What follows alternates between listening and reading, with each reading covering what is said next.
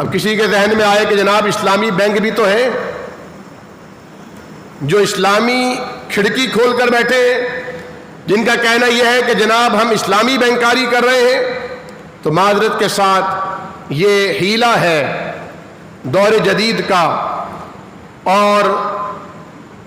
انہی کے مسلک کے بہت سارے علماء کرام ہیں جو اسے ناجائز قرار دے چکے ہیں، لیکن بس فتنے کے ڈر سے اسے عوام میں بات کو لانے سے ڈر رہے ہیں۔ وہ ایک لطیفہ میں نے پڑھا تھا کہ